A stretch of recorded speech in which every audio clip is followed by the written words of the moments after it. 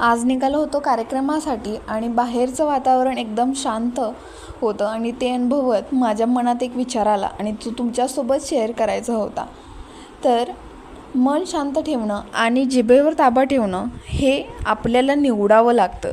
ते आपोआप होत नाही. राग जसा आपोआप येतो तसं स्वतःचं तोंड बंद हे आपोआप होत नाही, ते आपल्याला करावं लागतं.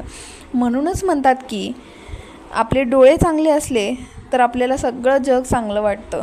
तसंच आपली जीभ चांगली असेल, म्हणजेच वाचा आपली चांगली असेल तर जगावर आपल्याला प्रेम करावं लागत नाही, तर जगाचं आपल्यावर प्रेम होतं.